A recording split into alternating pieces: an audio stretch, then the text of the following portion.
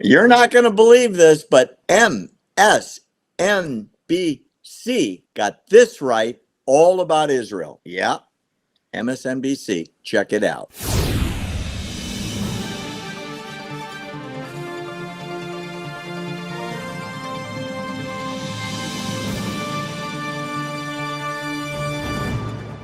Let's start out with a perfect example, and you're not going to believe where this example comes from.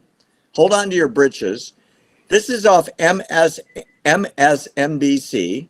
and it is the most truthful thing I've ever seen on that godforsaken network, and I mean that literally. There is no God at MSNBC, and most of their news is like, what?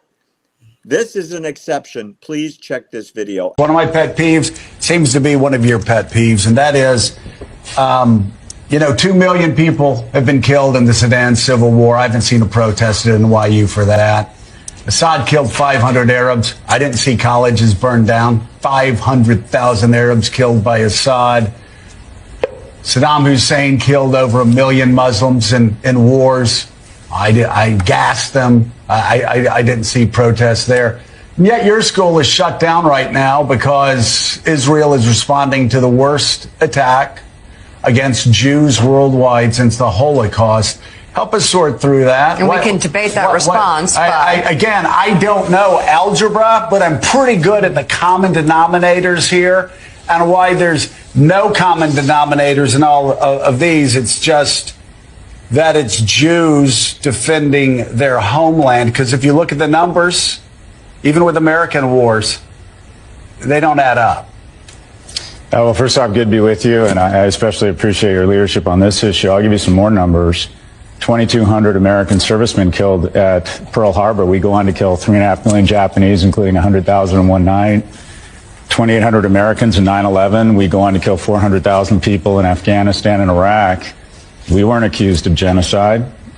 You had, if Mexico had elected a jihadist cartel to run their country, and then they incurred into Texas, and on a per capita basis killed 35,000 people, or the population of the University of Texas, and on the way back took the freshman class at SMU hostage and hid them under tunnels, what would we do?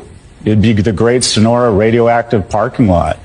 But Jews are not allowed, and Israel is not allowed to prosecute a war. And they are prosecuting a war more humanely than we have done. The ratio of combatants to civilians is, of civilian death to combatant mortality is lower than it was in Mosul, lower than it was in Japan, lower than it was in Germany. So there's just a different standard for Jews in Israel when it comes to prosecuting a war. They're allowed to fight back to a truce, but unlike America or any other Western nation that has attacked this viciously, they're not allowed to win a war. It's a double standard.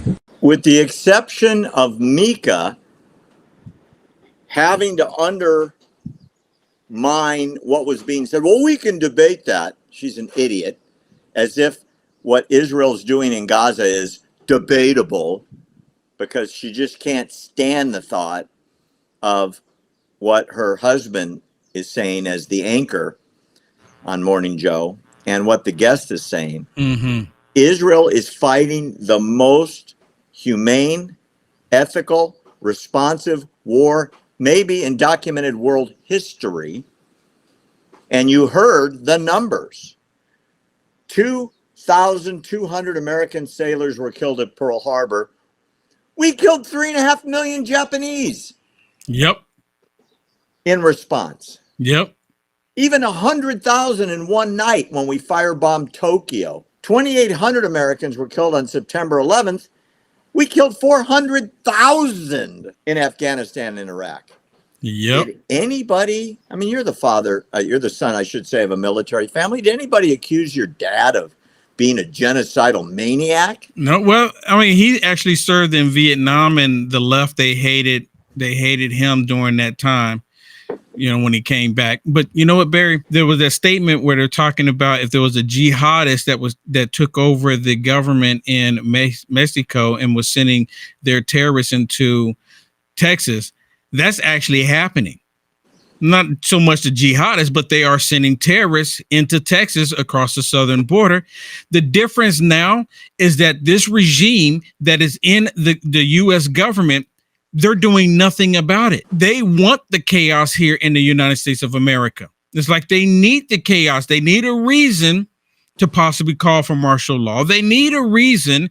They're gearing it up. I'm telling you, I hope this never happens. But when you have the FBI director, Christopher Wray, put out a statement saying that we are on the verge of another next 9/11 in the United States of America, not because of an airplane, but because of all the terrorists that have crossed the southern border. But we didn't invite the bombing of the World Trade Center. No. Both times. No. We have opened the border and invited in over millions. Yes. And there were a dozen people that changed the world on 9/11. Yes. A dozen from Saudi Arabia mostly.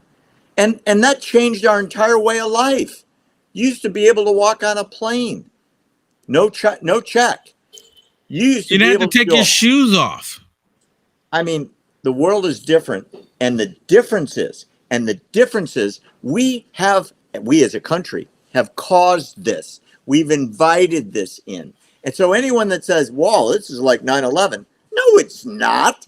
Unless we had a terrorist training camp for people to learn how to fly jumbo jets and then turned them loose so they could destroy New York and the Pentagon and crash a plane in Pennsylvania, right?